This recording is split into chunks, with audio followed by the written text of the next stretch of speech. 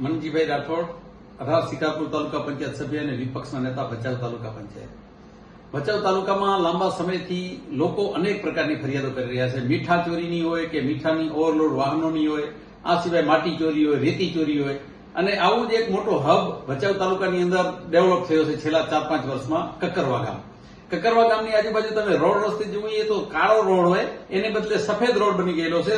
એકદમ માટી ઉડ્યા કરે, બાઇક સવાર હોય, છકડાવાળા. વચ્ચે તો ગયા વર્ષે 1-2 જણા મૃત્યુ પણ થયેલા અકસ્માતે. અને ઊંડા ઊંડા ખાડાઓ. ચાઇના ક્લેની સંપૂર્ણપણે ગેરકાયદેસર રીતે થતી ચોરી એક મોટો રેકેટ છે.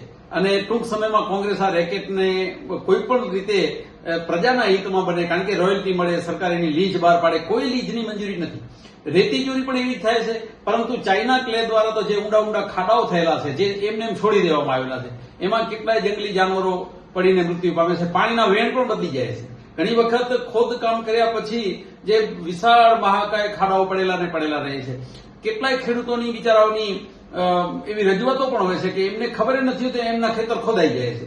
એટલે અંગત ફાયદા માટે જે પ્રકારે ખનન માફિયાઓ બેફામ બનેલા છે અને સરકારનું એમને સંરક્ષણ હોય એવું લાગે છે. કોઈ પણ તંત્ર, ખાણ ખનીજ વિભાગ હોય, આરટીઓ વિભાગ હોય કે પોલીસ તંત્ર હોય, નાની નાની બાબત હશે તો દોડીને છેક પહોંચી જશે. 500 રૂપિયાની પરચી કોઈ નાના માણસ માટે ફાળવી હશે તો આરટીઓ આવી જશે. ખાણ ખનીજ વાળા કોઈ ટ્રેક્ટર ગામમાં રેતીનો લઈને પોતાના ઘરકામ માટે જાતે ભરીને જતું હશે તો એને પકડી લેશે.